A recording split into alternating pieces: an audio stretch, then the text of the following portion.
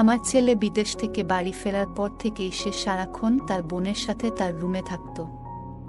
আমি একদিন আমার মেয়ের রুমে গিয়ে তাদের দেখতে যাই, আর যা দেখলাম তাতে আমি স্তম্ভিত হয়ে গেলাম। তারা একে অপরকে জড়িয়ে আছে।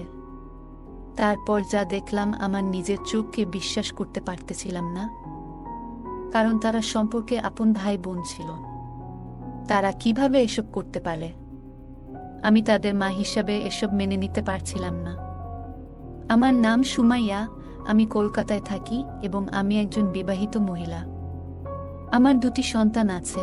আমার ছেলের নাম জয় আর মেয়ের নাম ইতি। জয় যখন 8 বছর বয়সে তার বাবা মারা যায়। আমার 2 সন্তানের জন্য আমি আর বিয়ে করিনি। তাদের ভবিষ্যতের কথা চিন্তা করে তাই আমি একাই আমার 2 সন্তানের যত্ন নিয়েছি এবং তাদের সব স্বপ্ন পূরণের চেষ্টা করেছি। আমার পরিশ্রমের ফলে আমার ছেলে 23 বছর বয়সে বিদেশে চাকরি পেয়েছে। আমার মেয়ে ইতি তখন মাত্র 18 বছর বয়সী। সে অনেক সুন্দর আর অনেক সাহসী। আমার মেয়ে অনেক সুন্দর হওয়ায় আমি তাকে নিয়ে অনেক টেনশনে থাকতাম। অনেক ছেলে তার পিছনে পড়ে থাকত, কিন্তু আমার মেয়েকে আমি অনেক ভালো শিক্ষা দেয়ায় সে এসব এর কোনো পাত্তা দিত না। তাই আমি অনেক খুশি থাকতাম। আমার গল্পগুলো তোমরা শুনো, কিন্তু সাবস্ক্রাইব করো না। দয়া করে গল্পগুলো ভালো লাগলে ভিডিওটি লাইক, শেয়ার এবং চ্যানেলটি সাবস্ক্রাইব করো প্লিজ। আজ 3 বছর পর আমার ছেলে জয় বিদেশ থেকে দেশে ফিরে এসেছে। জয় আবেগপ্রবণ হয়ে পড়েছে এবং চোখে জল এসে গেছে। আমার মেয়ের বয়স তখন 21 বছর। জয় চলে আসতেই আমার চোখে জল এসে পড়ল আর সে বলতে লাগল, আম্মু, দয়া করে আমাকে দরজায় দাঁড় করিয়ে রাখবেন না। আপনি কি এটা শুনতে চান? আমি তখন নিজেকে সামলে নিলাম এবং ছেলের হাত ধরে তাকে ভেতরে নিয়ে এলাম। জয়কে আমি খুব ভালোবাসতাম এবং সে যখন আমার কাছে ফিরে এল তখন বুঝতে পারলাম এই 3 বছর কতটা কঠিন ছিল তার জন্য। সেটা কেবল আমি জানি। ইতি তখন স্নান করে বের হচ্ছিল। সে ভাইকে দেখে খুব খুশি হয়ে গেল। তাদের এই আবেগপূর্ণ মুহূর্ত দেখে আমি একটু অস্বস্তি অনুভব করছিলাম, কারণ ইতি তখনও পুরোপুরি পোশাক পরেনি আর তাদের শরীর একে অপরকে ছুঁয়ে যাচ্ছিল। কিন্তু তাদের ভাই বোনের ভালোবাসা দেখে আমার চোখে পানি চলে এলো। তারা অনেকক্ষণ একসাথে জড়িয়ে আছে। আমি তখনও জানতাম না যে এই ভালোবাসা অন্যরকম রূপ নিতে যাচ্ছে। জয়কে বললাম, এবার থামো, আর কতক্ষণ এমন করে থাকবে? যাও, ফ্রেশ হয়ে আসো। আর আমার মেয়েকে বললাম, যাও, আগে পুরোপুরি পোশাক পরে আসো। জয় তখন একটু দূরে সরে গিয়ে ফ্রেশ হতে চলে গেল। কিছুক্ষণ পরে সে ফিরে এলে আমি তার জন্য চা ও নাস্তা নিয়ে আসি। তার সাথে ইতির জন্য অনেক মেকআপ আইটেম ও জামাকাপড় ছিল, যেগুলি দেখে আমরা খুব খুশি হয়েছিলাম। আর আমি লক্ষ্য করলাম আমার মেয়ের জন্য কিছু ছোট পোশাক নিয়ে এসেছিল, যা সে একটু লুকিয়ে রেখেছিল আমার কাছ থেকে। তা দেখে আমি অনেক অবাক হয়ে গিয়েছিলাম। কেন সে আমার কাছ থেকে এসব লুকিয়ে রেখেছে তা ভাবতে লাগলাম। আমার মনে হচ্ছিল আমার পরিশ্রম সার্থক হয়েছে।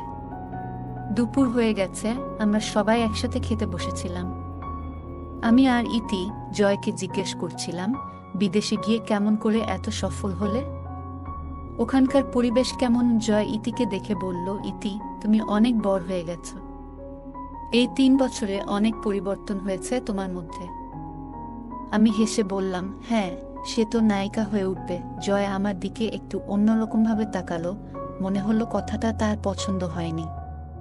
সে তখন বিদেশের নানা অভিজ্ঞতার কথা বলতে লাগল। রাতের খাবারের পর আমরা আমাদের ঘরে চলে গেলাম। ইতি তখন কলেজের ছুটিতে ছিল। জয় যখন 26 বছর বয়সী, তখন তার বিয়ের কথা আমার মাথায় আসতে লাগল। আমি কিছু না ভেবে জয়কে বললাম, বাবা, এখন তোমার বয়স হয়েছে, বিয়ে করো যাতে ঘরে একটা মেয়ে থাকে তোমার সেবা করার জন্য। জয় বলল, মা, আমি এখন বিয়ে করার কথা ভাবতে পারছি না। আমার বয়স এখনো বিয়ের জন্য উপযুক্ত মনে হয় না। জয় এর কথা শুনে আমার একটু খারাপ লাগলো, কিন্তু আর জোর করতে পারলাম না। কিছুক্ষণ পর ইতি এসে জয়ের খুব কাছে বসল। 2 ভাই বোনের কথোপকথন চলছিল এবং আমি ভাবছিলাম যে তারা স্বাভাবিক বিষয় ছাড়া অন্য কিছু নিয়ে কথা বলছে না, কিন্তু একটু পর বুঝতে পারলাম তারা আরও অন্য সব কথাও বলছে যা ভাই বোনের মধ্যে বলা ঠিক ছিল না। চা খেয়ে ইতির ঘরে গিয়ে যা দেখলাম তাতে আমি অবাক হয়ে গেলাম। দৃশ্যটা দেখে মনে হলো এই দুজন যেন বহু বছর বিচ্ছিন্ন থাকা প্রেমিক। এটা দেখে আমি হতবাক হয়ে গেলাম। আমাদের সময়েও ভাই বোনের মধ্যে ভালোবাসা ছিল, কিন্তু এতটা ঘনিষ্ঠতা কখনো দেখিনি। সম্পর্কের মধ্যে একটা সীমা থাকা খুবই গুরুত্বপূর্ণ। জয়কে জড়িয়ে ধরে ইতি প্রায় 5 মিনিট ধরে চোখ বন্ধ করেছিল।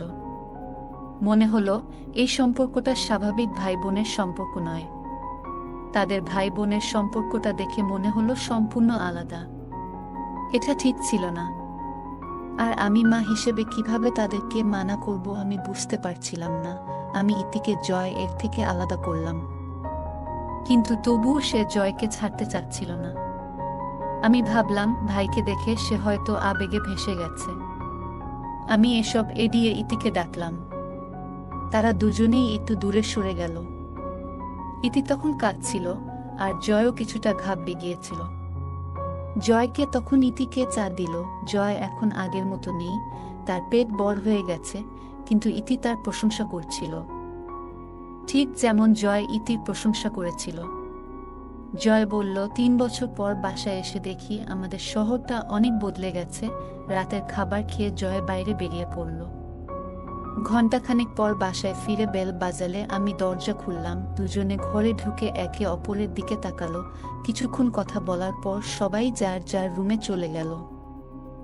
সকাল হলে জয় আর ইতি একসাথে হাঁটতে বের হলো। আমি চুপচাপ ছিলাম, কিন্তু তাদের আচরণে কিছুটা অস্বস্তি অনুভব করছিলাম। আমি শুধু তাদের আচরণগুলো দেখেই চলেছি। মা হয়তো তাই তাদেরকে এখনো কিছু বলার সাহস হচ্ছে না। দেখি তারা আর কি কি করে পড়ে, না হয় তাদেরকে ধরবো যে এই রকম আচরণ করার কারণ কি। এখন যা হচ্ছে হতে দেই। সকালে তারা হাঁটতে বের হয়েছিল, আর সন্ধ্যায় বাড়ি ফিরে দেখি শহরে ঘুরতে ঘুরতে তারা খুব ক্লান্ত। আমি রেগে যাচ্ছিলাম। মনে হলো যদি আমার সময় থাকতো আমিও তাদের সাথে শহরটা দেখতে চাইতাম। কিন্তু তখনও নিজেকে সংযত করলাম। ভাবলাম হয়তো আমার ধারণা ভুল হতে পারে, তাই তাদেরকে আর কিছু বললাম না। কিছুক্ষণের মধ্যে রান্নাঘরে গিয়ে চা বানালাম। রাতে কেউ কিছু খায়নি, বাইরে ছিল। একদিন জয় বলল, সেদিন আমি খুব খারাপ লাগছিল, তাই বাইরে যেতে চাইনি। আমার পেটে ব্যথা ছিল, তাই আমি হাঁটতে যেতে রাজি ছিলাম না। তারপর জয় এবং ইতি আবার সকালে হাঁটতে বেরিয়ে গেল। তারা চলে যাওয়ার পরও তাদের সম্পর্ক নিয়ে আমার মনে নানা প্রশ্ন আসতে লাগল। তারা কেন এই রকম আচরণ করছে? তারা তো সম্পর্কে ভাই বোন হয়। তারা কি তাদের সম্পর্ক ভুলে গেছে?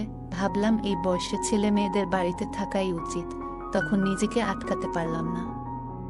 জয়কে ডেকে জিজ্ঞেস করলাম, এত সময় লাগছে কেন? জয় বলল, মা, আমরা একটু দূরে বেড়াতে এসেছি। সে আরও বলল, আমরা 2-3 দিনের জন্য প্ল্যান করেছি।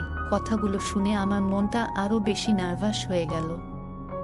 আমার ছেলে জয় 3 বছর বিদেশ থাকার পর ফিরে এসেছে, আবার দূরে যাবে। তারা সম্পর্কের সীমা ভুলে গেছে। আমি যখন ছিলাম তখনও তারা এমন আচরণ করত। তাই এখন দুজনেই একা, তাদের বলার কেউ নেই। এই প্রশ্নগুলো বারবার আমার মনে আসছিল। জয় তার বোনের সাথে অনেক দূরে যাচ্ছে, এটা কেন? তাদের একে অপরকে জড়িয়ে ধরার সেই দৃশ্যটি আমার কাছে অদ্ভুত মনে হয়েছিল। এখন তারা 3 দিনের জন্য বাইরে যাবে। আমি বুঝতে পারছিলাম না যে আমার ধারণাগুলো ঠিক না ভুল। কিন্তু শীঘ্রই সব পরিষ্কার হয়ে যাবে। 3 দিন পর তারা দুজনেই বাড়ি ফিরে এলো। ইতিকে তখন খুব খুশি দেখাচ্ছিল, যা আমাকে অবাক করেছিল। সে বলল, আজ আমি জীবনে এত খুশি যা আগে কখনো কল্পনাও করিনি। তার কথা শুনে মনে হলো সে অনেক কিছু শিখেছে এবং জয় তাকে এত সুখ এবং তৃপ্তি দিয়েছে। আমি বুঝতে পারছিলাম না ইতি কী ধরনের সুখ এবং তৃপ্তির কথা বলছে, যা আমাকে আরও বেশি অস্বস্তিতে ফেলছিল। তার এই পরিবর্তন আমার কাছে খুব অদ্ভুত মনে হচ্ছিল। রাতে আমি ঘুমাতে পারছিলাম না, কারণ তাদের কথা বলার শব্দ শুনতে পাচ্ছিলাম। তাই উঠে ইতির রুমের কাছে গেলাম। ইতি খুব ছোট জামা পরেছিল, যা আগে কখনো দেখিনি। এসবি মনে হয় জয় বিদেশ থেকে নিয়ে এসেছিল। তার ভাই জয়ও সেখানে বসেছিল। তারা দুজনেই একে অপরের দিকে তাকিয়ে কথা বলছিল। আমি দরজায় টোকা দিয়ে বললাম, বাকি কথা কাল সকালে হবে। এখন অনেক দেরি হয়েছে, তোমরা দুজনে নিজ নিজ রুমে গিয়ে ঘুমাও। জয় বলল, মা, আমি কিছুক্ষণের মধ্যে আমার রুমে যাব। রাত 1টার একটু আগে সে আমার রুমে এসে শুয়ে পড়ল। আমি ঘুমাতে পারছিলাম না, তাই উঠে রান্নাঘরে পানি খেতে গেলাম। তখন দেখলাম ইতির রুমের লাইট জ্বলছে। ভাবলাম সে হয়তো সুইচ অফ করতে ভুলে গেছে। লাইট বন্ধ করতে গিয়ে দেখি জয় আর ইতি একে অপরকে জড়িয়ে ধরে দাঁড়িয়ে আছে। এই দৃশ্য দেখে আমি অবাক হয়ে গেলাম। এত রাতে তারা একসাথে কেন এবং এমন ঘনিষ্ঠ অবস্থায় কেন তা আমার কাছে বোধগম্য হচ্ছিল না। তাকে অন্য ব্যক্তির সাথে ঘনিষ্ঠভাবে দেখলাম এবং আমার রাগ বাড়তে লাগল। আমি তার কাছে গিয়ে জিজ্ঞাসা করতে চেয়েছিলাম, কিন্তু স্থির করলাম আগে সবকিছু পরিষ্কারভাবে বুঝে নিই। তাই ধীরে ধীরে ফিরে এসে জানালার কাছে দাঁড়িয়ে তার গোপন কথা জানার চেষ্টা করলাম। কিছুক্ষণ পর জয় তার রুমে চলে গেল। দেখলাম সে ক্লান্ত হয়ে পড়েছে। জানালা দিয়ে উঁকি দিয়ে দেখি ইতিও ক্লান্ত লাগছে এবং বোতলের দিকে তাকিয়ে আছে। এত কিছু দেখার পরও বুঝতে পারছিলাম না এদের মধ্যে আসলে কি হচ্ছে। ঠিক করলাম পরের দিন থেকে রাতের কথাগুলো শোনার চেষ্টা করব। এক রাতে জয় আর ইতির কথোপকথন আমার কানে এলো। জয় বলছিল, বোন, আমরা যা করছি তা শুধু আমাদের মধ্যে থাকুক।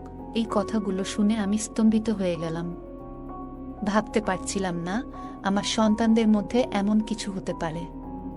পরের বার আরও ভালোভাবে খেয়াল রাখার সিদ্ধান্ত নিলাম। আরেকদিন কীর্তি বলছিল, আমি গর্ভবতী হয়ে গেছি। মাকে কি বলবো শুনে আমি চমকে গেলাম। আমার সন্তানেরা সব সীমা অতিক্রম করেছে, কিন্তু আমার কাছে কোনো প্রমাণ নেই। তাই কিছু না বলে প্রমাণ জোগাড়ের চেষ্টা করলাম। সেই রাত কোনোরকমে কেটে গেল। পরদিন সকালে জয় এর রুমে গেলাম। জয় যখন মর্নিং ওয়াক করতে গেল, আমি তার প্যান্টের পকেট চেক করলাম। তাতে কিছু গর্ভনিরোধক পিল আর একটা প্রেগন্যান্সি কিট ছিল। এসব দেখে বুঝলাম আমার সন্দেহ সঠিক। তারা কিছু ভুল করেছে। যখন তারা হাঁটতে বের হলো এবং বাড়ি ফিরল, আমি জয়কে ডেকে নিলাম। আমার মেয়েও তার সাথে ছিল। আমি জয়কে কানের নিচে থাপ্পড় মারলাম। ইতি ভয় পেয়ে গেল এবং জিজ্ঞাসা করল, মা, এটা কি করছো? ভাইয়ের সাথে এমন আচরণ করা তোমার শোভা পায় না, তুমি অনেক খারাপ করছো। আমি বললাম, তোমরা সীমা ভুলে যা খুশি করছো। আমার কথা শুনে দুজনেই ঘাবড়ে গেল এবং আমার দিকে তাকালো। ওদের বললাম, তোমরা ভান করছো যে কিছুই হয়নি, কিন্তু আমি সব বুঝতে পারছি। এরপর গর্ভধারণ ও জন্ম নিয়ন্ত্রণ বড়ি তাদের সামনে রাখলাম। ওদের মুখ ফ্যাকাশে হয়ে গেল। কিছু বলতে যাচ্ছিলাম, তখন ইতি বলল, মা, আপনি যা ভাবছেন তা ঠিক নয়। জয় ভাই আমাকে সাহায্য করছে। কি আর সাহায্য করছে? তোমাকে গর্ভবতী করতে সাহায্য করছে কি? তোমরা তোমাদের সম্পর্ক ভুলে গেছো যে তোমরা আপন ভাই বোন হয়। তোমরা এমনটা কেন করলে? বাইরের মানুষ শুনে আমাদের সমাজ থেকে বের করে দিবে। আমি অবাক হয়ে জয় এর দিকে তাকালাম। তারপর আমার মেয়ে আবার বলল, মা, কিছুদিন আগে আমি আমার বন্ধুর সাথে বাইরে গিয়েছিলাম। তখন আমাদের কলেজের এক প্রফেসর আমাকে ব্ল্যাকমেল করতে শুরু করেন। তিনি বললেন, আমাকে খুশি করলে 2টো বিষয় পাশ করাবেন। আমি অনেক কষ্টে ছিলাম, তাই আপনাকে জানাতে পারিনি। প্রফেসর প্রতিদিন আমাকে ফোন করতেন এবং খারাপ আচরণ করতেন। আমি বারবার প্রত্যাখ্যান করেও ফাঁদে পড়ে যাই। তাই জয় ভাই আমাকে সাহায্য করছিল। এই কথা শুনে আমি হতবাক হয়ে গেলাম এবং বুঝলাম পরিস্থিতি আসলেই কতটা জটিল। জয় ভাই সবসময় চিন্তাশীল ছিল, তাই আমি তাকে সবকিছু বলেছিলাম। সে আমাকে এই সমস্যাগুলো থেকে বের করে আনতে অনেক সাহায্য করেছিল। বাইরে ঘুরতে যাওয়া আমাদের যাত্রা তার কারণে নয়, বরং এই প্রফেসরের কুকর্মের পরিপ্রেক্ষিতে ঘটেছিল। আমরা পুলিশ নিয়ে সেখানে পৌঁছালে তারা সেই অধ্যাপককে গ্রেপ্তার করে। ছেলে, আমি জানতাম না আমার মেয়ে এত কষ্টের মধ্যে দিয়ে যাচ্ছে। ধীরে ধীরে সে সুস্থ হতে শুরু করল। আমার সন্তানদের নিয়ে ভুল ধারণা পোষণ করেছিলাম। তাই তাদের দুজনকে জড়িয়ে ধরে কাঁদলাম এবং বললাম, মা, আমাকে ক্ষমা করো। আমি জানতাম না তোমরা কি সহ্য করছো। সমাজে এমন অনেক ঘটনা ঘটে যেখানে স্কুল বা কলেজে বাচ্চাদের ব্ল্যাকমেল করা হয়। এই নোংরা কর্মকাণ্ড তাদের ভবিষ্যৎকে ধ্বংস করতে পারে। কিন্তু যদি কেউ দৃঢ় থাকে তাহলে কেউ তাদের কিছু করতে পারবে না। গল্পটা কেমন লাগলো জানাতে ভুলবে না। আরও মজার মজার রোমান্টিক গল্প শুনতে চাইলে ভিডিওটি লাইক, শেয়ার এবং চ্যানেলটি সাবস্ক্রাইব করতে এবং বেল আইকনে ক্লিক করতে ভুলবে না। ধন্যবাদ।